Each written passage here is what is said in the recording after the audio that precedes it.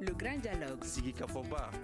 Edouani Wamakaran. Le grand dialogue, l'émission de débat du studio Tamani sur votre radio. Chenni Beri. Halud Mauni. Chenni Beri. Sigika Foba. Le grand dialogue. An lamɛnbaa n'an filɛlibaw aw bɛɛ ni ɲantuma aw dan se sigika fɔba kɛnɛ kan bi n'an ko ma le grand dialogue kabiri dɔgɔkun tɛmɛnen dɔ farala buru sɔngɔ kan jamana kɔnɔ buru kala kelen ale bɛ ka di dɔrɔmɛ 60 la butigiw kɔnɔna la kasɔrɔ 50 de tun don syndicat minnu bɛ buru dilan n'an k'olu ma ko boulanger olu ko ni farankan ni a kun bɔra dɔ farali farini sɔngɔ de kan maa minnu bɛ buru ta boulangeriw la ka se n'a ye butigiw kɔnɔna la n'an b'a fɔ olu ma ko revendeur olu fana k'olu ma jɛni ni farankan ye wa fana u ko n ye fɛrɛma ta olu bɛ n'u ka baara lajɔ ni gɛlɛya ni a bɛna le ni kɔlɔlɔ jumɛn ye jamanadenw kan ka se ka kuma ni waleya in kan maa 4 o de b'an bolo kɔrɔ maa fɔlɔ ye Ahmed Dambele secrétaire général de la fédération syndicale des boulangers et pâtissiers du Mali n'o ye burukilanaw ka jɛkuluba ye maa welelen filanan o ye Hama Ousmane Touré ale bɛ revendeur ka syndicat la minnu bɛ buru ta boulangeriw la ka se n'a ye butigiw kɔnɔna la maa welelen sabanan o ye Abdoulaye Balo ye ale bɛ consommateur ka lafasali kulu dɔ ɲɛma n'an ko ma ko Alcom sannikɛlaw Abdul Karim Jamutɛnɛ ale sɔrɔ dɔnbaa ye o ye 4nan y'an bolo kɛnɛ nin kan ne yɛrɛ ye Mariam Mayiga ye aw bɛɛ danse le grand dialogue yana an k'an da don an ka ni sigikafɔ in na a bakuruba la sisan sa an bɛ an ka reportage dɔ lamɛn min kɛra buru yɛrɛ sɔngɔ gɛlɛyali kan jamanadenw hakilina ye mun y'a kan n'o kɛra Musa Mali Sisoko fɛ Ahmed Dambele ka fɔ la n'ale fédération syndicale des boulangers et pâtissiers du Mali ɲɛma ye ko farini sɔngɔ yɛlɛni ko de nana ni nin gɛlɛya ye nka ko bɛɛ n'a ta ko buru bɛ ka fɛrɛ 50 la boulangeriw kɔnɔna na Bamako gouvernement ni anw cɛla la kumakan min bɛ yen o de ye 250 grammes ka feere 250 francs n'o ye 50 ye 125 grammes ka feere 25 mais farini gɛlɛya la donc an y'a laɲini an ka militants fɛ bɛɛ ka buru feere ka boulanger kɔnɔ gouvernement ka tere la 50 yanni ani gouvernement ka si ka kuma ayiwa sa maa minnu ka baara ɲɛsinnen bɛ ka buru ta boulangeriw la ni ka taa di yɔrɔ wɛrɛ olu y'a yira k'a fɔ ko buru bɛ d'olu ma 50 de boulangeriw kɔnɔna na u ka lafasali jɛkulu ɲɛma Hama Ousmane Touré ale y'o sɛbɛntiya ne ma yamariya maa si ka taa buru ta boulangetigiw kɔrɔ 50 ka taa feere 50 et n'a fɔra libérer ka commission bitigiw ye tɔnɔ on de bɛ taa dɔwɛrɛ ɲini consommateur fɛ on ma sɔn état bɛna mesure min ta o bɛna se ka fɔ min kɛ jaa min bɔ a la o bɛna mɛn Hama Ousmane Touré ka fɔ la k'an bɛ waati min na ko sisan k'olu y'u ka lafasali baaraw jɔ fɔlɔ fo waati min na gouvernement k'u jaabi nka san'o cɛ sa sannikɛla dɔw y'a yira k'a fɔ ko buru bɛ fɛrɛ butigiw kɔnɔna na kala kelen 60 la buru da 60 in vraiment u k'a kɛ 50 y'a nɔ la sisan ko 60 o kumana an bɛna ko mɛn an bɛna jaabi sɔrɔta yɛrɛ bɛnnen don dunta ma wari tɛ ka sɔrɔ n'olu fana ye fɛnw bɛɛ gɛlɛya a ma nɔgɔn dɛ wa dɔw ka du ka bon a bɛ joué olu kan kosɛbɛ Buru kelen tɛ dɛ fɛn bɛɛ de gɛlɛyalen don a lamɛnbagaw aw k'a dɔn k'a fɔ an ye fɛɛrɛ fɛn fɛn tigɛ walasa ka direction générale du commerce de la consommation et de la concurrence n'o ye DGCC ye k'o hakilina ɲininka nin ko in na a ma sira sɔrɔ haya o bɔra k'a faamu nin kɔni an ye nin laseli in kɛ o y'a sɔrɔ aw ni gouvernement ma lajɛrɛ kɛ nka an y'a mɛn ko ntɛnɛndon lajɛrɛ dɔ kɛra buru sɔngɔko kan Monsieur Dambele lajɛrɛ in kɔnɔ la mun ni mun taara gouvernement ye mun layidu ta bon ala ka n sababu bɛn gouvernement ye layidu min ta o de ye k'a bɛ buru bɛ di 50 dɔrɔmɛ 4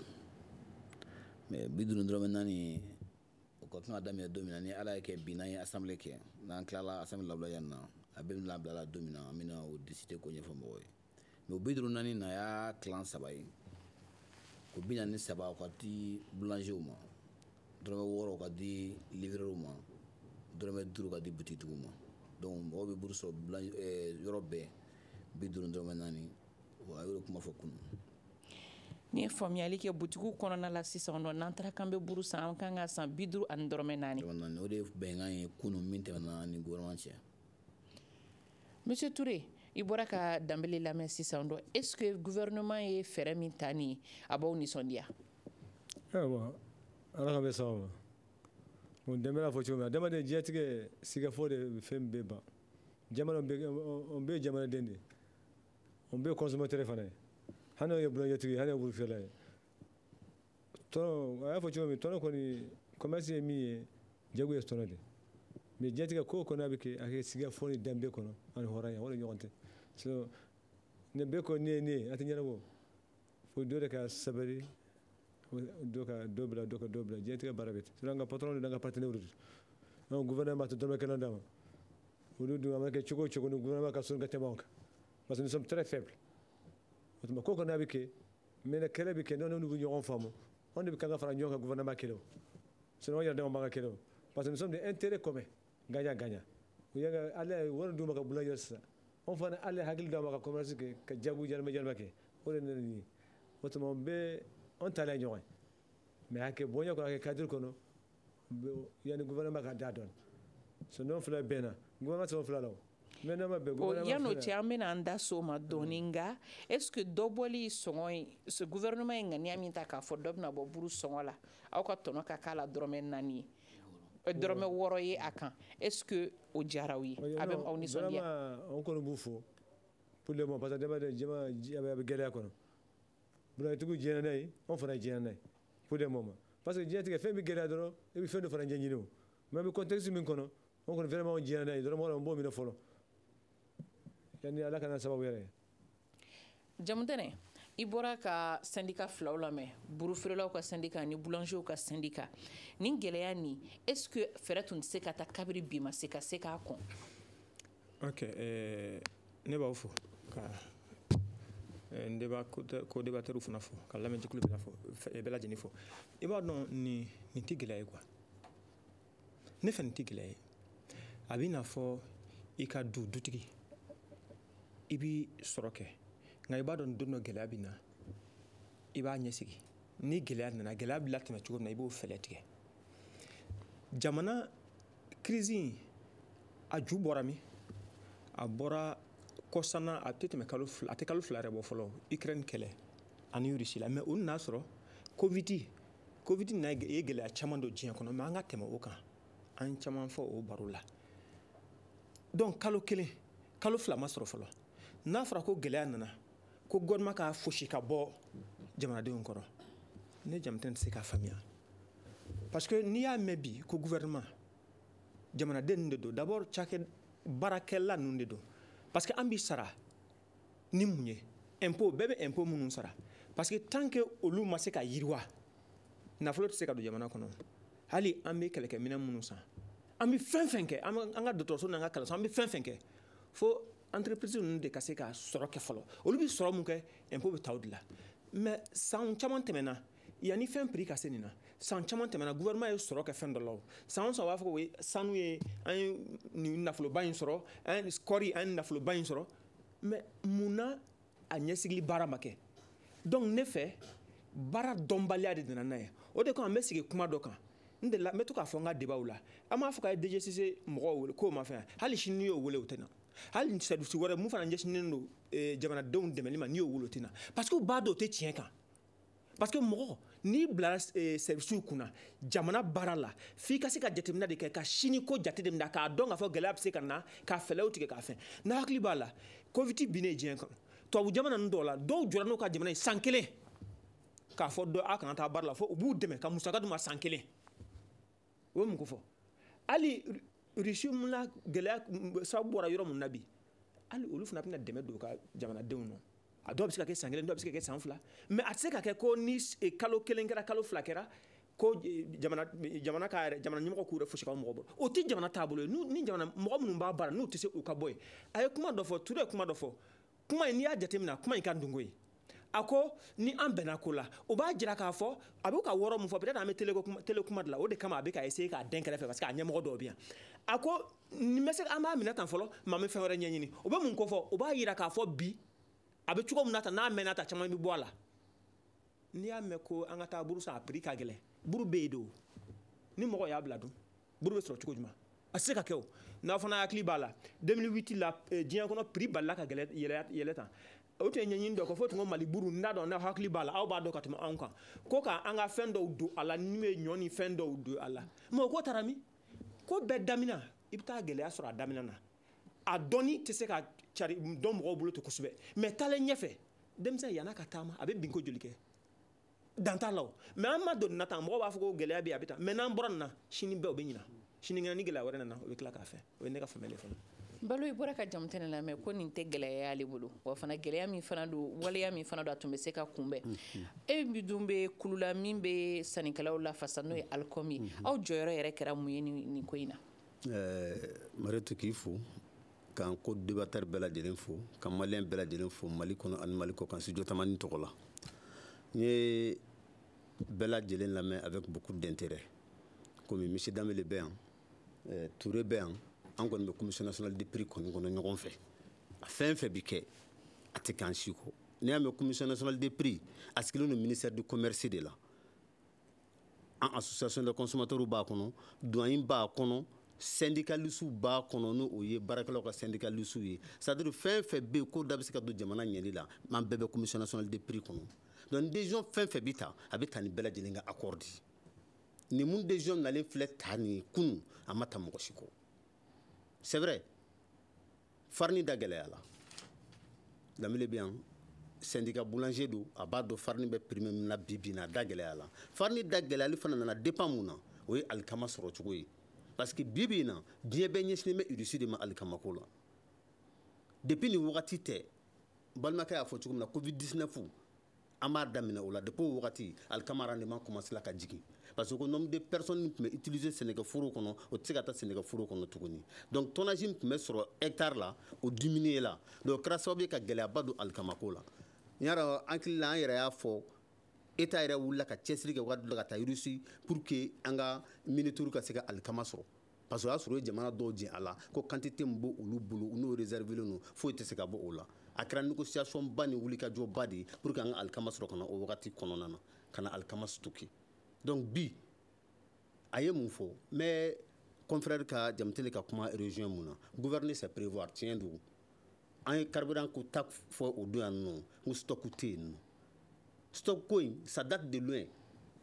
depuis an ka démocratie nana an ka fanga fɛn fɛn nana prévision t'u si bolo stock ko la donc an bɛ transition fana ka attention attirer a kan u k'u hakili to stock ko in na i b'a komi u y'a kɛ malo ko la cogo min na i b'a sɔrɔ farine y'o échappé sinon malo la en tant que président des consommateurs n bɛ se k'o témoigner stock bɛ yen nɔ stock bɛ yen a bɛ OPAM ka magasin kɔnɔ a bɛ gouvernement ka magasin kalo kɔnɔna na o tɛ là il y a pas de problème malo la mais nka Balo kuma daminɛ na i ko nɔgɔya min kɛra nin ye sisan nɔ a kɛra lajɛrɛ dɔ senfɛ kunu conseil national des prix la nka faranga min kɛra nin ye boulanger fɛ est ce que faranga in kɛyɔrɔ la aw welela k'aw lasigi k'a fɔ a Balo an bɛna faranga ta ka ka dɔ fara buru sɔngɔ kan faranga min kɛra kunu n y'o de f'i ɲɛna juma don hakili la a daminɛ na juma jɔn n'o débat in daminɛ na kunu an bɛɛ ka wuli ne kan bɛ ka dɔ fara buru sɔngɔ kan yan'aw ka taa lajɛrɛ a y'an ka taa lajɛrɛ in kɛnɛ kan ani boulanger an bɔra ma est ce que aw ni boulanger n'a fɔra ko fixation commission nationale de fixation des prix de bɛ yen lajɛrɛ de bɛ kɛ ka fɛn kɛ est ce que aw ye lajɛrɛ aw sen yera lajɛrɛ kɛyɔrɔ la k'a fɔ a jumadon dɔ bɛna fara buru sɔngɔ kan ka d'a kan farine gɛlɛya bɛ ka sɔrɔ gɛlɛya la an ni boulanger cɛ o ma kɛ ne ko a ma kɛ an bɛ émission de kɔnɔna na a ma kɛ mais ni boulanger ka ɲɛmɔgɔ dɔw kɔni kumana indirectement u y'a fɔ ko farine da yɛlɛla k'u bɛna dɔ fara buru kan c'est suite à ça ministre tun bɛ voyage la ministre nalen ale donna je pense juma ministre ye bɛɛ convoqué kunu lundi k'an ka ɲɔgɔn sɔrɔ yen nɔ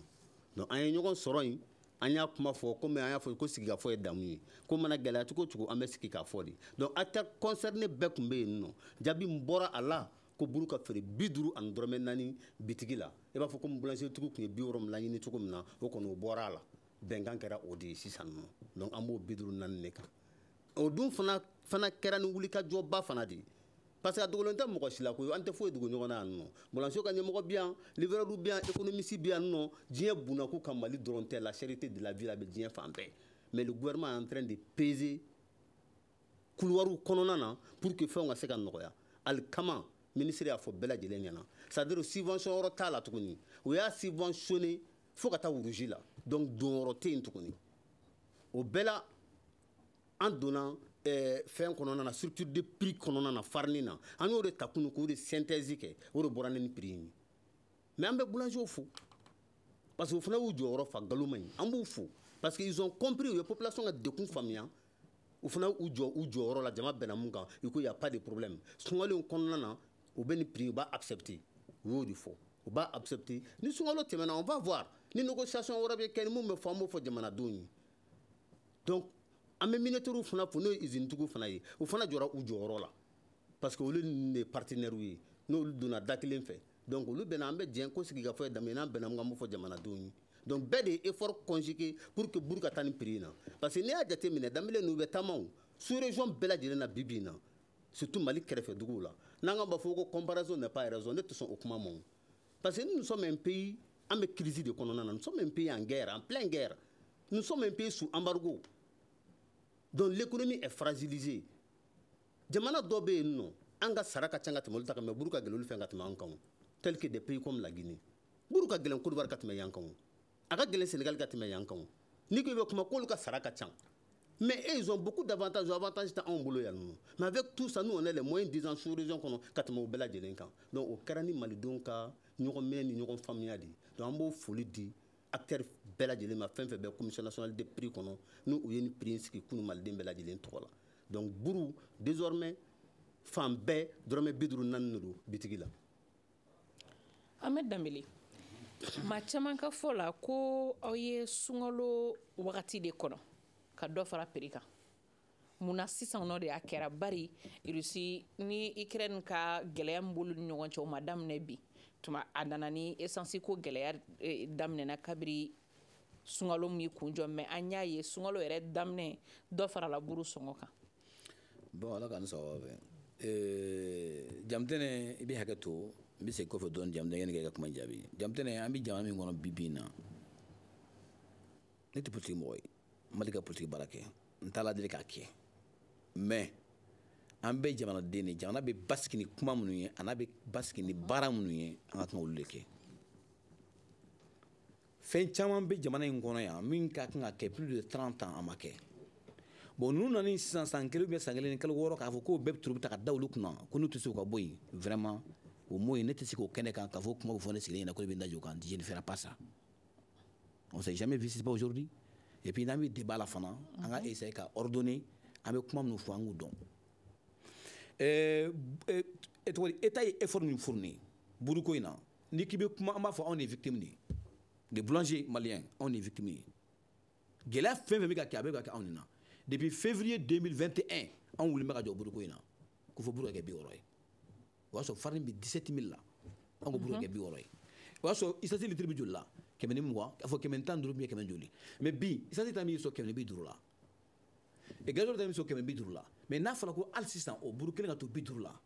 o bɛ mɔgɔ hakili minɛ cogo di mais o y'a sɔrɔ novembre kalo tɛmɛnen ani gouvernement tun bɛnna fɛn dɔ kan mina ani gouvernement kuma in bɛ d'i ma o komi n ye jamana ka kuma in ta fɔlɔ et après n bɛ sɔrɔ ka na e ka fɛngɛ sisan février 2021 an ni gouvernement ye papier dɔ de dilan an ni ɲɔgɔn cɛ k'a fɔ farine 20 000 francs buru 250 o y'an jɔ o de la maintenant an nana se o ma farine na tɛmɛ 20 000 kan tuguni an tila ka porte d'accord dɔ kɛ an ni ɲɔgɔn cɛ 20 000 à 22 000 buru ka kan ka kɛ 50 ye mais 250 grammes ce qui veut dire qu'il y a 10 grammes bɔ a la ka kɛ 250 grammes ye buru ka to 50 a nɔ na comme 2006 2007 a kɛra tan buru tun bɛ 400 grammes de na o gɛlɛya nana min kɛ u y'a kɛ 300 grammes ye u y'a kɛ 60 ye a kɛlen 60 tuguni a ma tɛmɛ 2 mois kan gɛlɛya wɛrɛ tila ka na donc u sigila k'a lajɛ yanni an ka to 400 grammes na an ka na 300 grammes na an nana 300 grammes na o de la depuis 2006 2007 o de y'a to buru kɛra 60 ye k'a to o la mais a tora o min na kuma min fɔra o don ni cadre concertation Philippin kirera o don n'a sɔrɔ ko o baara b'a ɲɛ kan mɔgɔw tɛ mankan ci o mais n'i kan ka tiɲɛ fɔ baara dɔw bɛ ko in kɔnɔ minnu ma kɛ a kɛcogo la o baara min kɛla o kɛla ala ka hinɛ Amadu Tumani Ture la o kɛla Amadu Tumani Ture ka waati de la o de nana ni Mali buru ani fɛngɛ in ye o dilanna o waati fana kɔnɔ na ka jira kaba bɛ se ka kɛ buru la a tɛ kɛ fo ko kaba bɛ dilan ka kɛ buru ye dɛ kaba bɛ kɛ blé de la a b'a ku dɔgɔya woso bɛ se ka kɛ buru la a b'a ku dɔgɔya nin bɛɛ bɛ kɛ blé la mais k'a fɔ ko k'a dama dilan ka kɛ o tɛ se ka kɛ saɲɔ bɛ se ka kɛ blé la a b'a ku dɔgɔya bon o min kun kɛla a piloter cogo min na o ma ɲɛ kadiri fana ka kan ka baara kɛ cogo min na o ma ɲɛ bon bletigiw fana ka kan ka sigi ka blé stock minnu dilan ka kɛ o ma kɛ bon o fana kɔfɛ État yɛrɛ ka kan ka jɔyɔrɔ min na o waati kɔnɔna na ka place di mɔgɔw ma ni usine sigila ka d'i ma au moins i ka se ka blé sɛnɛ an fɛ yan parce que anw bɛ se ka blé sɛnɛ yan ka an yɛrɛ labɔ ka tila ka jamana wɛrɛ labɔ on a plus de 1 million d'hectares fak bin na mali bɛ se ka bile sɛnɛ ka an yɛrɛ labɔ ka tila ka feere jamana wɛrɛ ma mais olu labɛn ka kan ka kɛ n'a ma kɛ ninnu min bɛ yen sisan an b'a essayer k'a ɲɛf'u ɲɛna an ka taa o ye kuma ye n bɛ fɛ ka kuma min fɔ pour que ka an balimakɛ ka kuma ninnu fanga ɲɔgɔn kan o kɔfɛ i ye question min posé sisan ko anw y'an jɔ fɔlɔ de ko sunkalo sera ka sɔrɔ a fɛngɛ bon mɔgɔ ka hakɛ to o kuma fɔli la anw ye silamɛw de ye an ye silamɛw de ye an bɛ silamɛ jamana de kɔnɔ jamana in min ye 90 plus de 90% minnu ye silamɛ ye i tɛ se k'a fɔ k'a fɔ i bɛna gɛlɛya sugu dɔ ta k'o da mɔgɔ kan sunkalo kɔnɔna na balo bɛ yen ture bɛ yen kunun baara gɛlɛya ka se degré dɔ la a ma ɲɛ n k'anw bɔra salle kɔnɔ an bɔra salle kɔnɔ ka ministre sigilen to an bɔra salle kɔnɔ parce que an y'a ye n'a taara se degré dɔ la n'an ma ɲɔgɔn faamu cogo dɔ la n'an taara tan fɛn fila bɛ yen o n'an tɛ le manteau et la clim c'est à dire que anw natɔ assemblée de kɛla assemblée générale kɛla chambre de commerce la k'a jira k'a fɔ a tatɔ filɛ nin ministre fɛ yen n'u ma sɔn 60 ma a ye na mankan yɔrɔ datugu o ordre de dira ma assemblée générale kɔnɔ mercredi tɛmɛnen bon buru ka kɛ 50 ye boulangerie kɔnɔ vendredi le 1er mais an kana buru gɛlɛya parce que bɛnkan min b'an ni gouvernement cɛ o de ye 22 250 grammes mais komi an taara 24 000 la état ma kuma n'a ma kuma yanni an kana sigi ka kuma anw tɛ se ka baara kɛ perte de kan donc an k'a lajɛ an ka buru feere an yɛrɛ fɛ 250 ni mɔgɔ min nana san 250 an fɛ yen problème t'a la mais a ka taa feere yɔrɔ wɛrɛ la ou bien ka taa feere boutique kɔnɔ ou bien cafetigiw fɛ yen an t'o gérer ka taa sɔrɔ ka kɔrɔ n'an bɛ prix kɛ kuma o kuma i bɛ taa sɔrɔ prix min bɛ kɛ a bɛ kɛ de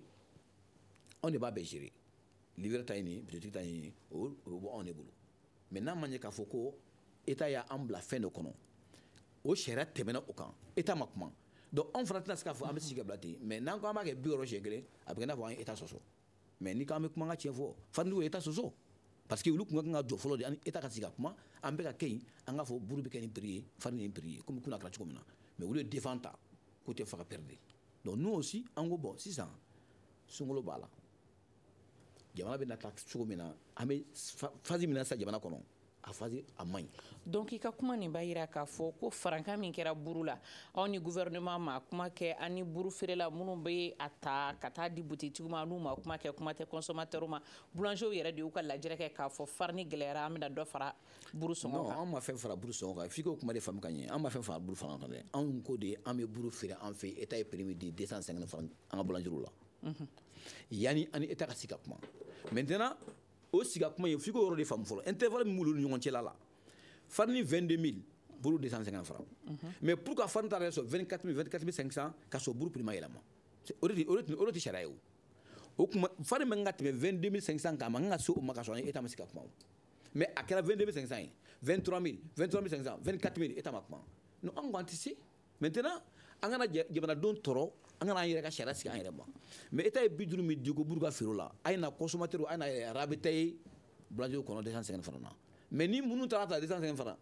u ka charge min b'a la livre bɛ se ka taa buru ta 50 ka taa feere 50 o bɛ se ka kɛ cogo di a b'a ta nin ɲinan kan bitigi fana bɛ se ka taa buru ta 50 ka taa ta a fɛ n'a ma taa ɲinan kan o min bɛ ka kɛ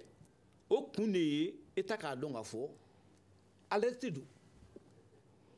donc a y'a essayer ka buru di 50 la ka état alerte k'a fɔ dɔ fara la kan mais fɛɛrɛ foyi tun tɛ yen nɔ ka essayer ka alerte yan'a ka farankan kɛ directement. an ye lettre bila ka taa plus de 10 jours ko min mana n'a fɛ ka copier so an ye lettre bila ka taa k'a fɔ a ye buru gɛlɛyala farine gɛlɛyala prix min bɛ an ni cɛ a dépassé la o kan a ye lettre an ye lettre ta don min na le même jour u ye convocation tɔgɔ de avis de réunion bila ka na ko lundi k'an bɛ ɲɔgɔn ye o lundi an taara balo yɛrɛ sigilen filɛ an taara ko ministre empêché la ko a ma se k'an rencontrer 15 heures ko sufɛ k'u b'an wele ko k'u b'an wele réunion bɛ kɛ mardi tɛmɛlen mardi jan tɛmɛlen o mardi fana u tila ka weleli kɛ tuguni ko délai t'a la fɔlɔ yɛrɛ ko ministre ko délai t'a la an ka réunion yɛrɛ délai t'a la bon ça il faut être juste an ka nafolo bɛ en jeu an bɛ ka jamana dɛmɛ bon n'a ma ɲɛ k'a fɔ an ka sigi ka kuma ni aw ye an ka fɛn dɔ fɔ n'aw bɛna fɔ ko délai t'o la bon an bɛ mun fɔ donc an fana ko donc problème t'a la ni délai t'a la pour que an ka lamɛn an tɛ sariya kɔni sɔsɔ n'olu ye sariya sɔsɔ an tɛ sariya sɔsɔ an bɛ buru to 50 an ka boulangerie kɔnɔ consommateur bɛ se ka na san boulangerie kɔnɔ hali sisan buru bɛ 50 la état ye prix min di kunun 270 francs an m'a fɔ ka appliquer fɔlɔ a fɔra télé la an bɛɛ tun bɛ yen ne yɛrɛ kumana na mais an m'a fɔ a ka appliquer fɔlɔ parce que fo an ka taa assemblée la bi wulada na 16 heures chambre de commerce la n'an taara bɛn min ka ɲi an bɛ sɔn ka kuma o de kan an kɔni jɛnna mais a ka ca ala fɛ n m'a fɔ ala ɲinama an bɛnna min kan kunun ni ala sɔnna yɛlɛma kan ka don o la mais an tɛ se ka confirmer k'a sɔrɔ assemblée ma jɛn n'a ye fɔlɔ mais comme en tant que responsable n'u y'an bila ka taa ci la n'an y'a ye k'a fɔ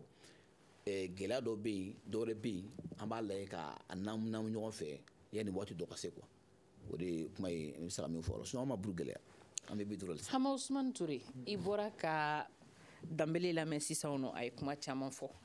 mais e bolo ni farankan nin a tun bɛ se ka kunbɛn wa est-ce que an tun bɛ se ka wuli k'an jɔ k'an kunbɛn ka sɔrɔ bin ma se aw yɛrɛ ni ɲɔgɔn cɛla la. non ala ka bɛ sababu ma c'est à dire Danbele ko olu ye victime ye an kɔni an ka jugu ni victime ye. parce que aw bɛ baro ɲɔgɔn na. tout à fait ka da mun kan notre condition avec leur condition c'est pas la même parce que ale sɔrɔ du maman dɔn parce que ale nafolo du boulanger derrière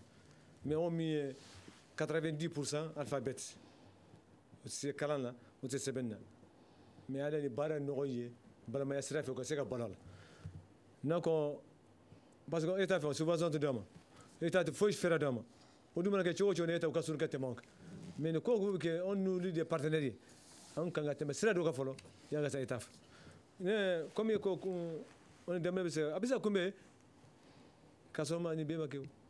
o parce que Danbele yɛrɛ u deli ka anw bila an ka ɲɔgɔn ye échanger buruko kan ne yɛrɛ mɔgɔ bila o t'aw lamɛn parce que syndicat u ka ca bɛɛ bɛ taa fɔ ne ko a ma u t'a fɔ o waati y'a sɔrɔ u t'a fɛ ka dɔ fara buru ka buru ka surunya u ye proposition kɛ bon jateminɛ y'a jira n'o kɛra a tɛ marcher ça c'est le premier volet syndicat dɔ fana wele k'olu tɛ surumani ko la ou min ko la bon comment ça c'est gagnant an kɔni ye jagokɛla de min ka nɔgɔn bi t'o de sira fɛ parce que an bɔ bɔ dɛ a bɛ se ka kɛ ka da yɔrɔ jumɛn kan ne fɛn fɛn bɛ kɛ yan'an ka taa parce que n'i y'a ye ko ni sera ni ma ni sunkalo kɔnɔ a kɛcogo fana ma ɲɛ ka bɛn sunkalo ye on bɛ se ka to ni sunkalo tɛmɛna parce que fɛn caman kun ye sunkalo ka se o parce que moment bɛ ni pere mais u ye anw de pini d'abord o ye jumɛn ye a la consommation 50 n'a fɔra kelen b'o minɛ sisan ni an ka tɔnɔ yɔrɔ minɛ 50 tɛ o tɔn y'a minɛ mais sisan min bɛ taa san fana aw fɛ o bɛ taa san o kelen de la anw fana u b'a fɔ an ka taa 50 kelen de la aw de b'a fɛ sisan an ka taa dɔ de fara kan anw fana ko non buru prix o état ni boulangerie ta di aw de bɛ discussion kɛ ka jɔyɔrɔ dɔ k'a la filanan il y a un cadre de la filière paix qui était créé en 2006-2007 o y'a sɔrɔ Choguel kelen o de ministre de commerce a kɛlen anw de y'a kɛ o à ce moment nous sommes 21 syndicalistes INTM b'a la gouvernement b'a la on a fait un protocole d'accord avec l'État fɛn fɛn gɛlɛya mana se min ma on bɛ se ka fɔ de kɛ boulangerie gɛlɛya ni bi kan 20 syndicats bɛ lettre à rapport kɛ ka taa di État ma ni secteur gɛlɛya b'a kan État b'a viser a b'a appliquer hali INTM b'a kɔnɔ yɔrɔ bɛ tɛmɛ o kan dɛ mais la filière paix a créé a tun man ka créer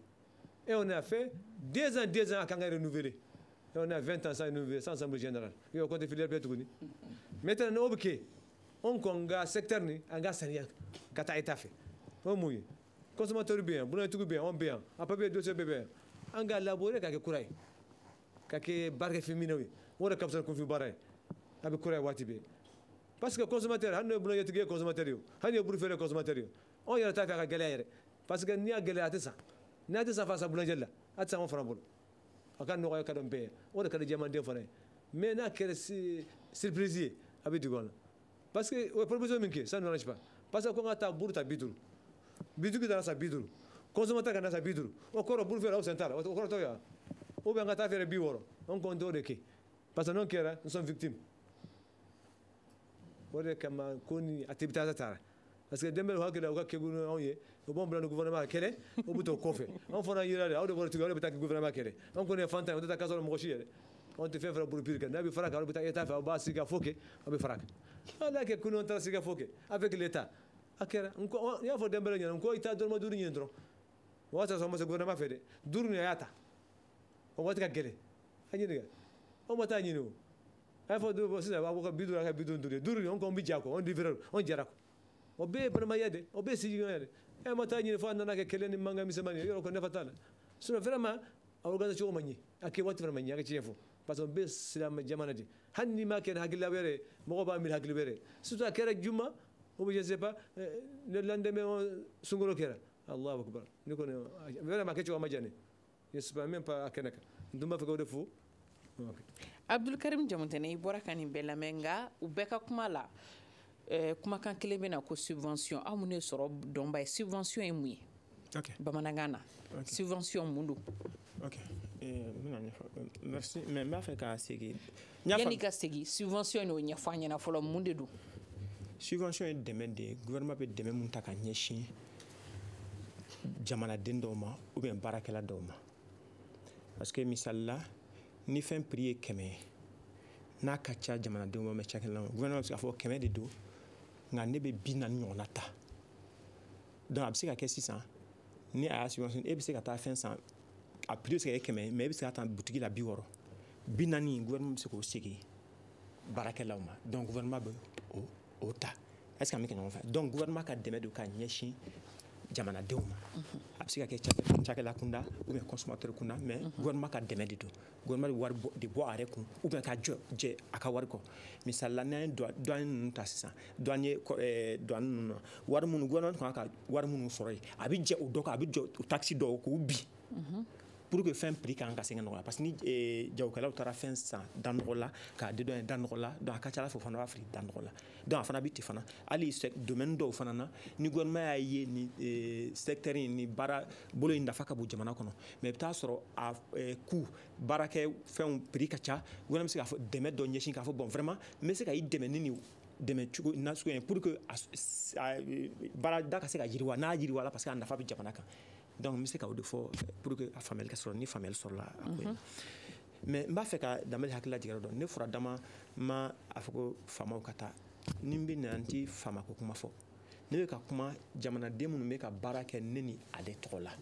ani fana n bɛ deli k'a fɔ fana ne bɛ na kɛnɛ kan yan ni ka kuma musala k'an tɛ tiɲɛ fɔ ne tɛ na yan nafa foyi t'a la an bɛ na de ka kuma jamana ɲɛmɔgɔ k'a lamɛn k'a dɔn a kan ka kɛ cogo minnu na olu de bɛ décision ta mun kan ka bila yɔrɔ k'a fɛn tɛ donc ne kumana ni o de ye clairement sinon ne m'a fɔ u ka taa parce que service technique a ye mun fɔ ne yɛlɛla o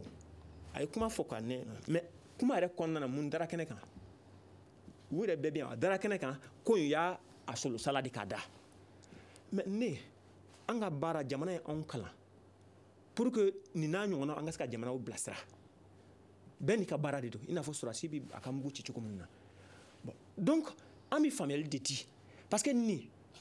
bɛ se ka a bɛ taa baga commerçant ma consommateur ma détaillant ma olu tɛ o kabini a sun misalila a y'a fɔ kabini a seginna k'a tɛ tile ninnu na burufɛn fɛlɛ minnu tigɛra n'a sɔrɔ gouvernement tun ye fɛlɛ ninnu suit o tɛ sisan ko ye o maintenant n y'a fɔ tugun misala hali n'i taara an bɛ ka sɛnɛ maloko minnu fɔ kabini san joli officier bɛ yen mais o tɛ nin gouvernement ko ye o mais ni an ɲɛ sera k'an ka fɛn ta k'a kɛ anw yɛrɛ ta ye gɛlɛya minnu bɛ na a bɛ kunbɛn kunbɛnni fɔlɔ o de ye fɔlɔ parce que yanni i ka taa fɔ mɔgɔ ye ko prix jigin k'a to nin na f'i k'a dɔn k'a fɔ a tigi ka charge bɛ bɛn mun ma fo k'o bɛɛ de jateminɛ ni charge dɔnna sisan i bɛ se k'a fɔ non vraiment ni charge gouvernement jɔyɔrɔ nin an bɛ nin ta an bɛ na ni nɔgɔya da ye an bɛ na ni nɔgɔya da ye n'i y'a mɛn ko discussion ko mɔgɔ ka sigi ka kuma sigi ka fɔ bɛ kɛ o de kan fɔlɔ yanni o ka se ninnu ma gouvernement bɛ se k'a dɔn ni marge mais jɔn bɛ gouvernement bilasira fo o de ka fɔ o ye département service technique ninnu direction ninnu o de bɛ yen o kama mɔgɔw tara olu de kama o de ye conseillers ye donc n'olu ye baaraw kɛ sisan olu de b'a bila ka taa ministre bɛ fɛn e ko a ye fɛn ci ministre ma tile joli a tun ka k'o rencontrer mais a kɛra tan mais nin tɛ taabolo ye o ɲɛsinen tɛ mɔgɔ de ma bon tant que an m'o de dabila nin crise in tɛ wa an bɛ bɔ a la kalo 2 kalo 3 kalo 4 tugun ni gɛlɛya wɛrɛ nana diɲɛ kɔnɔ tugun an bɛ tila ka sigi tugun k'a fɔ wa ko gɛlɛya bɛ diɲɛ fan bɛɛ nin tɛ kuma ye koyi ni mun y'a kunbɛn o bɛ fɛɛrɛ a kɔnɔna na quoi tuma dɔ même covid daminɛ na journaliste delila ka ne wele ne ko covid yɛrɛ sababu de ye mali k'a yɛrɛ ta parce que ni diɲɛ datugura a bɛ kɛ sababu ye an b'an ka sɛnɛkɛda minnu bɛ yan k'olu don ba la ni gɛlɛya in ka kɛ sababu ye i ye alikama sɛnɛyɔrɔ min fɔ Tɔnbukutu mara la Lakifaki bɛ nin na nin ka kɛ sababu ye an k'o don ba la i n'a ɲɔgɔnna caman bɛ yen mais n bɛ segin mun kan simplement mun bɛ se mun na o ka bila politicien ka tugu olu de kɔ quoi politicien olu de bɛ décision ta mais baarakɛla a dɔnbagaw n'a ma d'olu ma a ka ca ala fɛ politicien décision u ka fili bɛ caya quoi u ka fili bɛ caya quoi parce que olu t'a dɔn sɔrɔdasi bɛ ka jamana mara mais sɔrɔdasi bɛ financer fɛn ninnu a bɛ don ni fɛn ninnu yɔrɔ caman bɛ a tɛ ninnu si dɔn mais ale bɛ ka jamana mun bɛ hakilina fɔ a ye n'olu ma ko in tilen a bɛ gɛlɛya sinon nin ko in a bɛ se ka kunbɛn mais a fɔ i ye kuma mun fɔ tuma dɔ la ko comparaison n'est pas ko mɔgɔ b'a fɔ i bɔ a la gɛlɛya bɛ na i bɛ taa sɔrɔ a bɛ ka dɔ ka du ci mais dɔw bɛ k'a fɔ alhamdulilayi ko kabini ala ye diɲɛ dan ko ɲinan ɲɔgɔn ma kɛ donc voilà mais i bɛ taa bɛɛ n'i ka fɛlɛ de don fo an ka jateminɛ de kɛ ka na ni fɛlɛ ye embargo dara an kan sisan dɔw tun hakili an bɛ sa olu bɛ ɲini ka sa k'an to yen o tɛ sa wa voilà donc an ka bɔ o kɔnɔna na parce que fɛn kelen de bɛ mali la maliyɛn bi sɔrɔ ka dɔgɔ n'i y'o jateminɛ ani fana fɛn fila de nana ɲɔgɔn sɔrɔ yen parce que hali revendeur ninnu a bɛ alikama de jateminɛ mais minnu bɛ taa a ta moto ninnu na dɔ farala ka carburant sɔngɔ kan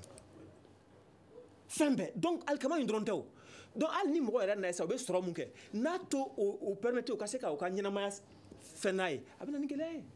donc ko in a kɔlɔlɔ ka bon dɔɔnin quoi ne bɛ se ka bɔ kuma na yan danbe la an bɛɛ hakilina ye kelen a tɛ ka fɔ dɔ ma mais an ka tiɲɛ de fɔ kɛnɛ kan o faamuyara wa fana an ka sigikafɔba in a tɔ tɛ tɛmɛ miniti 10 kan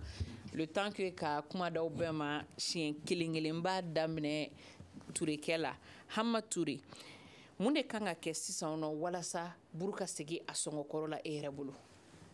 a sɔngɔkɔrɔ on bɛ prix min fɔ sisan ou bien kɔrɔlenba ye awɔ mun de kan ka kɛ dɔ ka buru ka se ka sɔrɔ a sɔngɔkɔrɔ gouvernement kan ka se ka mun kɛ boulangerie fana kan ka se ka mun kɛ fɛɛrɛ jumɛn kan ka ta bon o fɛ pour que an ka se ka 50 la ou bien 54 parce que fɛrɛ i ko kɔrɔlen 50 la est ce que an bɛ se ka segin bibi na 50 la n'o fana tɛ se ka kɛ est ce que 54 nin fana ka ɲi bon fɛn kelen de bɛ yen min bɛ se ka kɛ buru bɛ se ka seri 50 la fo n'a sɔrɔ boulangertigiw gouvernement sera ka dɔn bolo k'u ye u ka charge comme économiste y'a fɔ cogo min ka dɔ se a charge n'u moyen kɔni t'u bolo c'est forcément dɔ bɛ fara pour que se 50 la mais ko na moyen tɛ gouvernement bolo ko bɛ crise la ils sont obligés maintenant ka dɔ bɔ jamanadenw kun k'a di olu ma o de an ka baara in cɛ parce que a ye kuma dɔ fɔ adamaden n'amu bɛ kumakan duman ye an ka fara o la an si bɛ yɔrɔ min bɛ an ka tiɲɛ fɔ jamana ko la karisa bɛ fanga la bi de an bɛɛ b'a dɛmɛ ni nin tɛ tiɲɛ f'i ye jugu sara ka tiɲɛ f'i ye minnu bɛ kuluba o tiɲɛ tɛ f'u ye buru ko kuma depuis en 79 ne b'a la buru ye 11 yɔrɔ ka na se bi ma yɔrɔ an b'a dɔn o tɛ ne ye buru docteur de ye ne y'a baara qualité bɛɛ kɛ n'ala mɛ tigɛ mais ala mana tigɛ kɛ boulangerie kɔni mais ba domaine de mais je fais 20 ans on bɛ on a kuma na mais jamana tiɲɛ tɛ fɔ mais ba min ɲini état ni boulangerie ka ɲɔgɔn faamu u ka dɛmɛ dɔ k'u ye boulangerie fana ka fara on la parce que bandi bɛ anw de faga olu dala bɛ kilen kɔnɔ foyi t'u sɔrɔ o tuma min sɔrɔ o ka dɔgɔ koyi u kana o bɛɛ jateminɛ an ka mɔgɔ bɛ sa waati bɛɛ u yɛrɛ b'a kala moto bɛ siyɛn bolo bandi bɔn bi an bɛ dɔrɔmɛ 5 dɔrɔmɛ 10 dɔrɔmɛ 2 min sɔrɔ n'a fɔra ka bɔ an minɛnw na o tuma an bɛ taa suyɛli kɛ ma ba 14 ko comme an ka patron de don kɛlɛ ko tɛ mali ko de don intérêt commun parce que u bɛ k'u yɛrɛ sɛgɛn min ye a tɛ dɔn ye an fana bɛ kɛ sɛgɛn min ye o tɛ dɔn ye parce que boulanger kɛmɛ wolonwula ko de bɛ mais waati bɛɛ bɛ mobili ta waati bɛɛ bɛ téléphone ta a ye prix ka kɛ ten tɔw bɛ sunɔgɔ la tɔw t'a fɛn kɛ o fɔ fana victime dɔ ye o ne fana bɛ ten mais an ka waati dɔ se an ka tiɲɛ fɔ ɲɔgɔn an k'an bolo da dusu kan ka tiɲɛ fɔ état de ye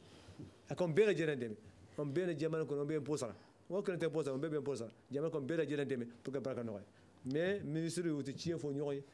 président fana tiɲɛ tɛ fɔ a ye sisan kɔni bɛɛ sara dɛ marifa min bɔra o tɛ se ka kuma dɛ n'i ko bɛ tiɲɛ fɔ bi dɔrɔn objectif datugu ayiwa monsieur Touré o faamuyara balo e bi yan sannikɛlaw tɔgɔ la parce que e de bolo i bɛ kulu kunna min b'u la fasa mun de kan ka kɛ bi walasa sannikɛlaw ka se ka buru sɔrɔ nɔgɔya la bon an y'o de fɔ n ko an bɛ carte de dialogue de prix kɔnɔna na a bɛɛ bɛ discuter n bɛna ni kuma ye buru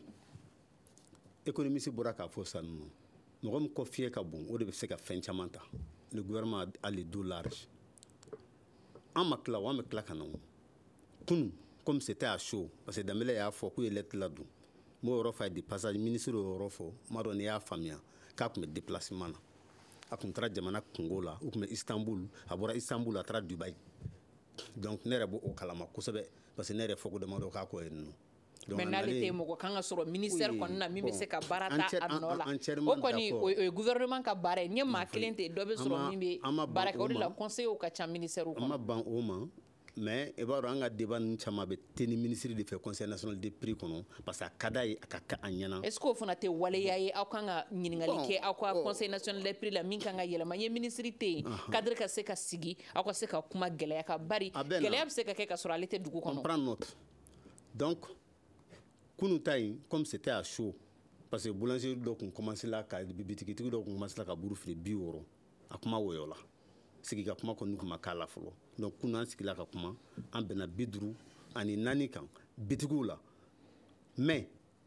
mun de bɛ se ka kɛ sisan nɔ le gouvernement a ye produit caman subventionné u b'u se la koyi ninnu fana b'u se la parce que an b'a dɔn carburant dayɛlɛ la courant ko o sabatilen tɛ jamana in yɛrɛ kɔnɔna na boulangerie tigiw bɛ baara kɛ courant mun kan tuma dɔw la u bɛ se ka 9 heures de temps kɛ courant t'u fɛ yen nɔ u bɛ groupe minnu bɛ carburant min utiliser o carburant fana dayɛlɛ la c'est pour que kunun an m'a sama kosɛbɛ 50 ko kuma yan ni fɛn an m'a sama an bɛn'a kan ka dɔrɔmɛ 4 in d'a kan parce que an b'a dɔn degun b'u kan an b'u fo u ko accepter la mais gouvernement fana k'a lajɛ pour que ka jouer prix kan ninnu bɛ taxes de sara économistes bɛ yan jouer bɛ se ka kɛ taxes kan o taxes bɛ se ka arrondi ni taxes arrondi la a bɛ se ka kɛ sababu ye ka prix stabiliser fana donc nin bɛɛ jate bɛ anw bolo donc an bɛ nin bɛɛ lajɛlen kɛ jamanadenw ka lafiya kama o fana ye don wɛrɛ kuma ye comme an ma sigi o kuma kan fɔlɔ mais ça c'est des propositions mais a bɛ na. monsieur Dambele mun de kan ka kɛ sisan nɔ e yɛrɛ bolo an ka se ka buru sɔrɔ maliden bɛɛ ka se ka buru sɔrɔ nɔgɔya la tiɲɛ don i y'a fɔ k'aw sera a ye ɲɔgɔn ye fɔ ka bɛɛ kan ka kɛ gouvernement kan ka farine de subventionner aw ye wa mun de kan ka kɛ sisan bari gɛlɛya in bɛ fan bɛɛ mali bɛ embargo kɔnɔna la. an ka tiɲɛ fɔ ɲɔgɔn ye solution foyi tɛ t'a bolo bi ka buru kɛ 50 ye sans mentir a solution tɛ yen a tɛ yen dalu jumɛn kan se kelen min bɛ eta ye ka se ka buru subventionné e tɔgɔ ye buru prix jiginna 50 la o ye a ka se ka subvention de kɛ farine na a y'o bɛɛ bɔ a la a bɛɛ même tama kelen e ta t'a minɛ bi blé la tama dɔrɔmɛ kelen tɛ dɛ tama a t'a minɛ blé la bi blétigiw bɛɛ y'a kalama an bɛɛ sigila kɛnɛ kan a fɔra blé bɛ min sara bi million bɛ min sara blé la bi o ye IMOA jamana kɔnɔna na dédouanement bɛ kɛ jamana kɔnɔna na ni bɛ IMOA la montant dɔ de bɛ yen en pourcentage man ca i b'o de verser IMOA ka compte la n'a bolo la u tɛ foyi de sara i ta ye donc o kɔrɔ ye gouvernement sera a dan na consommateur ka kan ka fɛn min faamu ko ala dɔnni man girin latigɛ dɔw bɛ yen n'o nana hadamaden ma i k'a dɔn k'a fɔ nin ye ala latigɛ ye quoi i k'a dɔn ko nin ye ala latigɛ ye